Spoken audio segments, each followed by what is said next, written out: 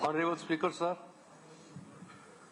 I have risen to debate on the motion of thanks on the LG's address.